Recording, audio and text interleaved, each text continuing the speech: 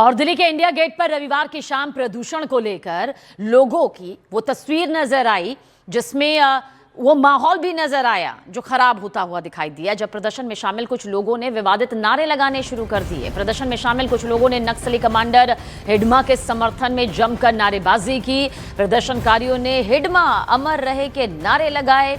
प्रदर्शनकारी अपने साथ हिडमा के बाकायदा पोस्टर लेकर यहां पर पहुंचे थे और हिडमा के नाम की लिखी तख्तियां उनके हाथों में नजर आई। इस मामले में पुलिस ने कुछ लोगों को हिरासत में भी ले लिया है। तस्वीर भी मौके से कुछ इस तरह से निकलकर सामने आई जहां पर हिडमा अमर रहे ये नारा लगा है, वो विवादित नारा लगा है।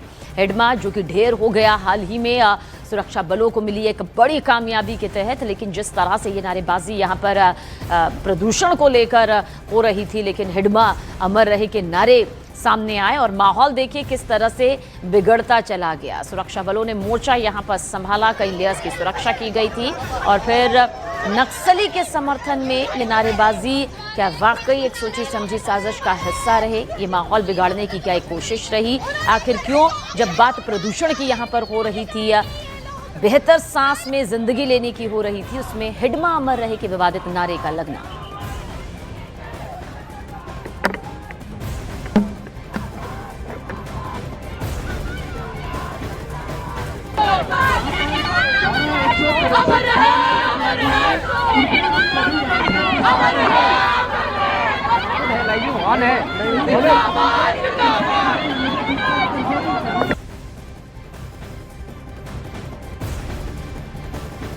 दिल्ली में जो AQI के राइजिंग लेवल्स हो रहे हैं, चाहे AQI 1000 के पार जा रहा हो या फिर 2023 में 17,000 लोग मर रहे हो, इतना ज्यादा एयर पोल्यूशन होने की वजह से सिर्फ दिल्ली में, इसमें हम सब देखते हैं कि इसका रीजन imperialist डेवलपमेंट मॉडल है, प्रॉफिट ड्रिवन डेवलपमेंट मॉडल है। ये जनता का डेवलपमेंट मॉडल नहीं है और हमको जनता का डेवलपमेंट मॉडल लाने की जरूरत है जो माओवादी बीजापुर में लेकर आए हैं, जो माओवादी बस्तर में लेकर आए हैं अपने जनता सरकार के थ्रू।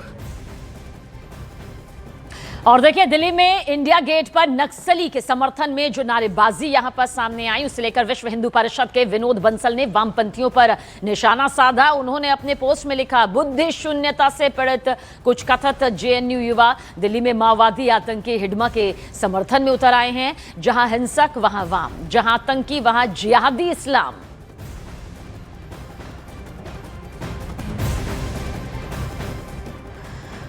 तो वहीं दिल्ली में इंडिया गेट पर प्रदर्शनकारियों पर हुई कार्रवाई को लेकर कांग्रेस ने बीजेपी पर निशाना साधा। कांग्रेस ने सोशल प्लेटफॉर्म X पर पोस्ट कर प्रदर्शनकारियों पर हुई कार्रवाई पर सवाल उठाए।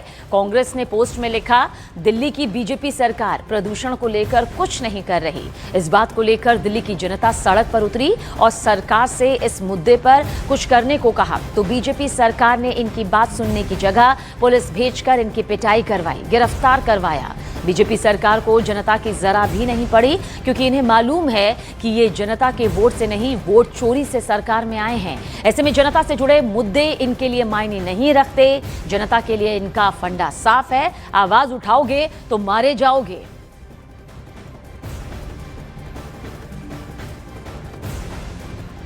तो एक तरफ जहां कांग्रेस पार्टी इंडिया गेट पर प्रदर्शनकारियों पर हुई कार्रवाई पर सवाल खड़े करती नजर आई, तो वहीं दिल्ली पुलिस का कहना है कि प्रदर्शनकारियों ने पुलिसकर्मियों पर मिर्ची स्प्रे का इस्तेमाल किया, जिसकी वजह से कई पुलिसकर्मी जख्मी हो गए, उनकी हालत खराब हो गई। दिल्ली पुलिस का कहना है कि पुलिसकर्मियों पर हमला करने वालों पर कानूनी कार्रवाई की जाएगी। फिलहाल हिरासत में लिए गए प्रदर्शनकारियों से पूछताछ की जा रही है। पुलिस के दावों के मुताबिक जिस वक्त प्रदर्शनकारियों को हटाने की कोशिश की जा रही थी, उस वक्त प्रदर्शनकारियों ने पेपर स्प्रे का इस्तेमाल किया, जिससे वहां अफरा तफरी मच गई और पुलिस और प्रदर्शनकारियों के बीच हल्की झड़प भी हो गई। तो पेपर स्प्रे का इस्तेमाल तक यहां पर किया गया, जिसकी वजह से पुलिसकर्मियों की हालत भी यहां पर खराब होती नजर आई। लेकिन हिडमा अमर रहे के जो नारे यहां पर लगे, ऐसे विवादित नारे आखिर कैसे लगे? क्योंकि बात यहां पर प्रदूषण को लेकर प्रदर्शन के सामने आ रही थी और इस बीच हिडमा अमर रहे का नारा भी लगना शुरू हो गया। आज हमने देखा कि प्रोटेस्टर्स जो है चिल्ली स्प्रे अपने साथ लेके आए थे। जब इनको रिमूव कर रहे थे तो पुलिस को दूर रखने और अपने सी एग्जाम को कंटिन्यूसली बंद रखने के लिए उन्होंने पुलिस के ऊपर चिल्ली स्प्रे का इस्तेमाल किया। इसमें कुछ हमारे पुलिस पर्सनल की आंखों में और चेहरे पर चिल्ली स्प्रे लगा, जिनको हमने RML भेजा है और इस विषय में निश्चित ही एक हम एक लीगल एक्शन भी इसके अंदर लेंगे और ये एक एक्शन जो है वो नॉन टॉलरेबल है।